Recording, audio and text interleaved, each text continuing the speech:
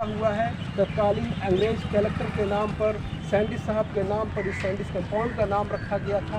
और तब से लेकर के आज तक शहरवासियों का एकमात्र अगर घूमने का, टहलने का, दौड़ लगाने का अगर कोई केंद्र है, कोई सेंटर है तो सैंडिस कंपाउंड है। यहाँ पर आप देख सकते हैं कि काम भी हो रहा है और लोगों की आवाजाही भी लगातार बनी हुई है। लोग यहाँ पर अभी भी खेल रहे हैं, घूम रहे हैं। और अब बरसात का मौसम, क्योंकि बिहार में ये चौथा साल है जब मानसून ने बिल्कुल समय पर आगमन किया है, दस्तक दिया है, तो मानसून का भी आगमन हो चुका है। तो ऐसे में काम में व्यवधान आना स्वाभाविक है।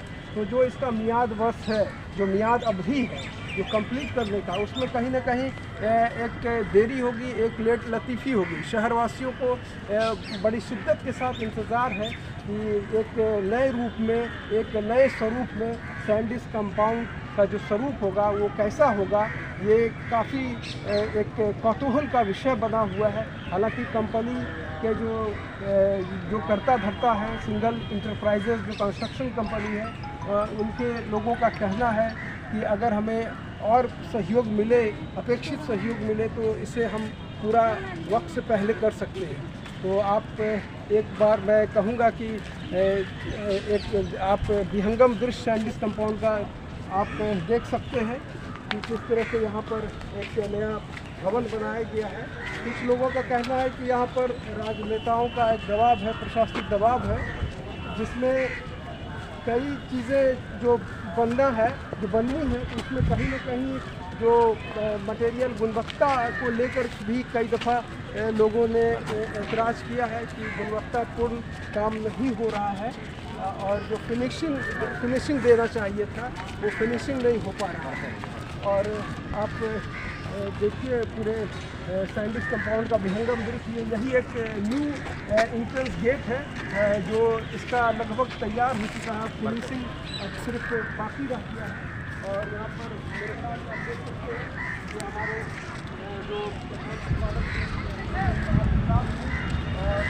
आपके सैंडिस कंपाउंड जो नज़ारा हम दिखा रहे हैं, ये देख रहे हैं किस तरह से ये मिक्सर प्लांट चल रहा है। और यहाँ पर छोटे छोटे जो आप देख सकते हैं कि तामीर भी है, तो कंस्ट्रक्शन भी किया गया है। और भागलपुर की सुंदरता के विषय में अगर कहें तो एक पार्क के रूप में जयप्रकाश उद्यान, जहाँ पर पहले कभी पशु पक्षियों के कलरव से गुंजायमान रहता था, लेकिन जयप्रकाश उद्यान कंपाउंड दोनों इंक्लूड कर दिया गया। तो ये 80 एकड़ में विस्तृत है।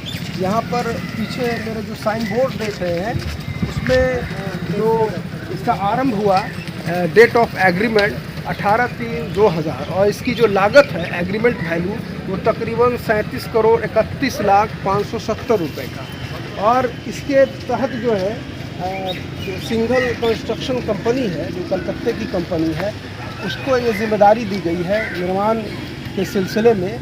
और जो लगभग तमाम जो सामने मेरे देख रहे हैं, ये इनका अस्थाई दफ्तर है, कार्यालय है और यहीं से संचालित हो रहा है।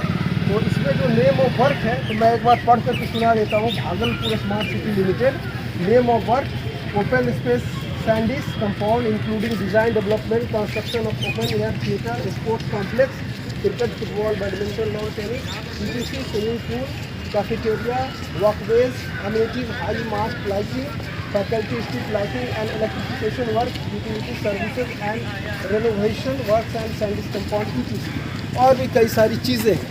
लेकिन सबसे जो परेशानी और जो कठिनाई वाली जो बात है कि जो construction company, Singhal construction company जो काम को जो करवा रही है, जो संपन्न करवा रही है, उसके समक्ष कई समस्याएं हैं। एक तो लोगों की आवाजाही निर्बाध रूप से बना हुआ है, और ऐसे में काम का जो लगातार निर्बाध रूप से हो रहा होता है उसमें कहीं ना कहीं विघ्न पड़ जाता है। तो इन लोगों की एक मांग है कि अगर काम के दरमियान लोगों की आवाजाही को रोक दिया जाए। तो इस सिलसिले में इन्होंने पत्राचार भी किया, मौखिक रूप से कहा भी है। लेकिन एक अच्छी बात है कि जैसा कि कंपनी के कई लोगों से जो मेरी बात हुई है, तो उनका ये कहना है कि तकरीबन 80% काम हो चुका है। और जिसमें जयप्रकाश उद्यान में Nehru memorial pathway, cafeteria, open theatre और वगैरह कई चीज़ें हैं जो मैं बाद में आपको दिखाऊंगा भी। और ये सैंडिस कंपाउंड चूँकि भागलपुर का बहुत बड़ा इसमें एक इतिहास जुड़ा हुआ है। तत्कालीन अंग्रेज कलेक्टर के नाम पर, सैंडिस साहब के नाम पर इस सैंडिस कंपाउंड का नाम रखा गया था। और तब से लेकर के आज तक शहरवासियों का एकमात्र अगर घूमने का, टहलने का, दौड़ लगाने का अगर कोई केंद्र है, कोई सेंटर है तो सैंडिस कंपाउंड है। यहाँ पर आप देख सकते हैं कि काम भी हो रहा है और लोगों की आवाजाही भी लगातार बनी हुई है। लोग यहाँ पर अभी भी खेल रहे हैं, घूम रहे हैं।